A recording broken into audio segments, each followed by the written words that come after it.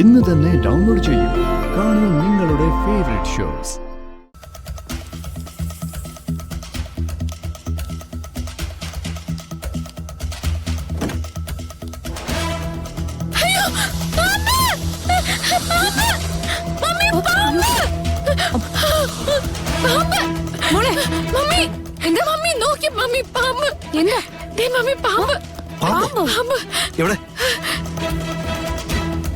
ഇവിടെ ഒന്നും കാണുന്നില്ലല്ലോ.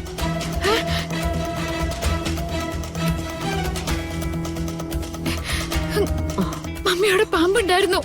മോൾക്ക് തോന്നിയതാവും. നോ മമ്മി, ഞാൻ ഡോറ് തുറന്നപ്പോ പെട്ടെന്നൊരു പാമ്പ് പുറത്തേക്ക് വന്നതുപോലെ.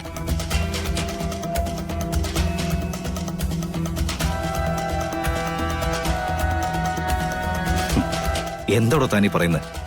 അടച്ചിട്ട കാറില് പാമ്പങ്ങനെ കയറുന്നത്?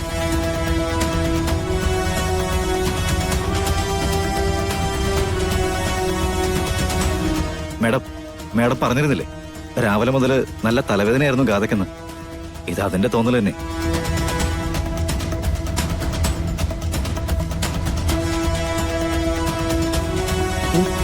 തോന്നലൊന്നുമല്ല, സർപ്പശാപം അതിന്റെ ലക്ഷണങ്ങൾ കാണിച്ചു തുടങ്ങിയതാ. അമ്മേ, എല്ലാരും വണ്ടി കയറ്.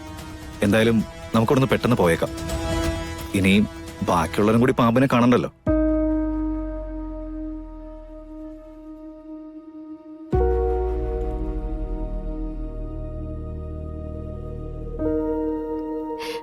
ശരിയെന്നാ. വാ.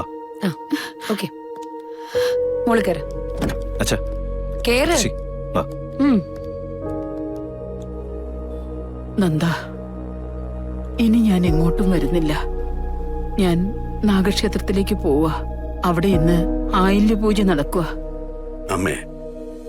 അമ്മ ഇപ്പൊ പോയാല് എല്ലാവരും തകരുത്.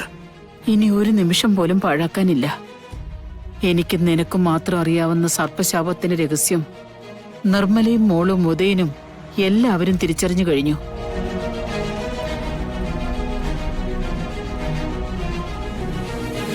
അമ്മ എന്തേ പറയുന്നേ? നിർമ്മല പറയുന്നത് ഞാൻ കേട്ടതാ. വിവാഹം കഴിഞ്ഞാല് ഗാഥമോള് മരിക്കുമെന്നുള്ളൊരൊറ്റ കാരണത്തിലാ നിർമ്മല ഇപ്പോ ചിരിച്ചും കളിച്ചും എല്ലാവരുടെയും കൂടെ നിൽക്കുന്നേ.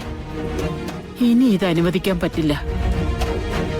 നവീന്റെ മനസ്സ് വേദനിപ്പിക്കേണ്ടി വന്നാലും ഈ കല്യാണം നടക്കില്ലെന്ന് ഞാൻ പറയും.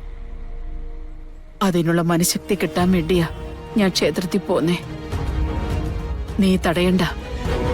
ഇന്ന് രാത്രി ഇതിനൊക്കെ ഒരു തീരുമാനം ഉണ്ടാവും. നീ എന്റെ കൂടെ നിന്നേ പറ്റൂ. അമ്മേ, ആരെയും ബലി കൊടുക്കാൻ വയ്യ. ഇനി ഒരു മരണം കാണാനുള്ള കരുത്ത് എനിക്കില്ല.